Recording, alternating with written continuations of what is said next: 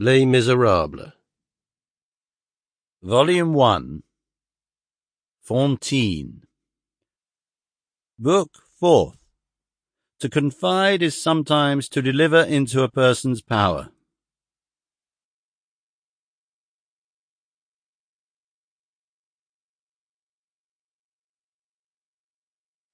Chapter 1.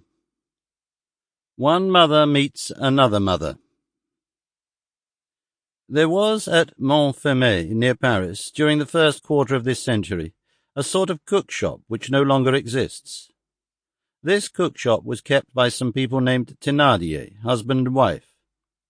It was situated in Boulanger Lane. Over the door was a board nailed flat against the wall. Upon this board was painted something which resembled a man carrying another man on his back, the latter wearing the big gilt epaulettes of a general, with large silver stars. Red spots represented blood. The rest of the picture consisted of smoke and probably represented a battle. Below ran this inscription: At the sign of Sergeant of Waterloo, au Sergeant de Waterloo.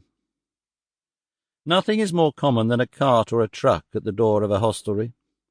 Nevertheless, the vehicle, or, to speak more accurately, the fragment of a vehicle which encumbered the street in front of the cook-shop of the Sergeant of Waterloo, one evening in the spring of 1818, would certainly have attracted by its mass the attention of any painter who had passed that way.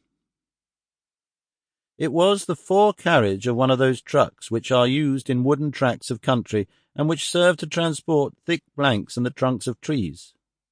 This fore-carriage was composed of a massive iron axle-tree with a pivot, into which was fitted a heavy shaft, and which was supported by two huge wheels.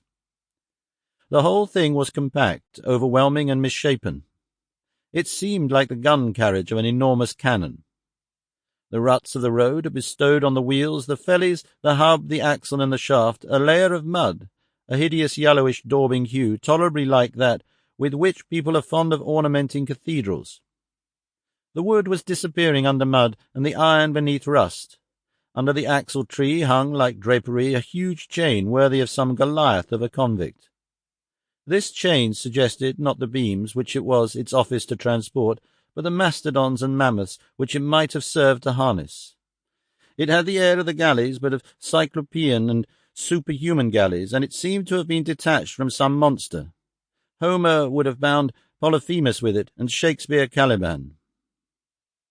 Why was that fore-carriage of a truck in that place in the street? In the first place, to encumber the street. Next, in order that it might finish the process of rusting. Sample complete. Ready to continue?